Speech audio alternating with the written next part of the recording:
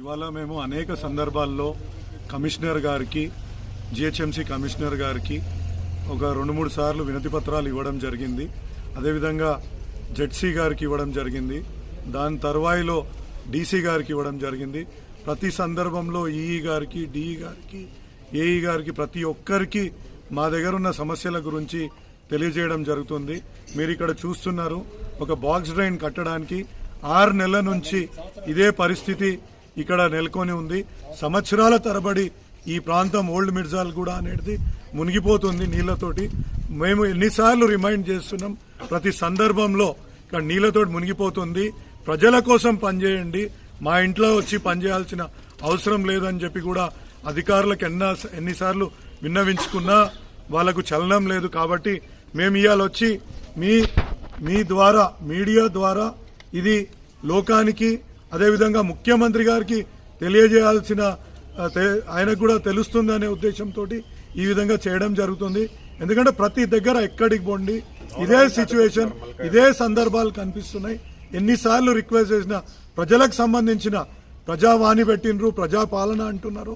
ప్రజల కోసం పాలన చేయాలంటే ఈ విధంగా ఉంటుందా? జిహెచ్ఎంసీ అధికారులు ఏదైతే ప్రభుత్వం చెప్తుందో, ప్రభుత్వం చెప్పేదానికి విరుద్ధంగా ఇక్కడ పనిచేస్తుండ్రో అనేది ఇది సాక్ష్యం కనిపిస్తుంది అనేసి మీకు చూపించాలనుకుంటున్నాను. ఇదే విధంగా మల్కాజ్గిరి నియోజకవర్గంలో ప్రతి దగ్గర వెళ్ళి ఇక్కడున్న కాలనీ వాసులని, ఇక్కడున్న బస్తీ వాసులను తీసుకొని వచ్చి తప్పకుండా ప్రతి సమస్య పైన వాళ్ళు చేసేంత వరకు ఇదే విధంగా ధర్నాకు కూర్చుంటామని మేము తెలియజేసుకుంటున్నాం.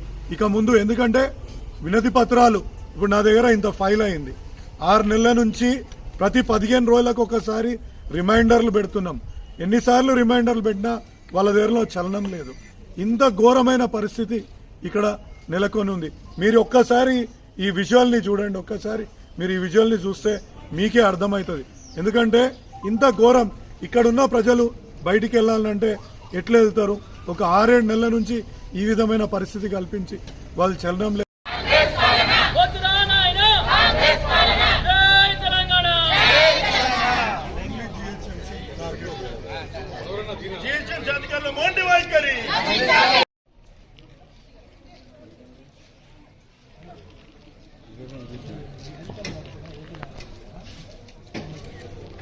జై తెలంగాణ, జై తెలంగాణ, జై తెలంగాణ.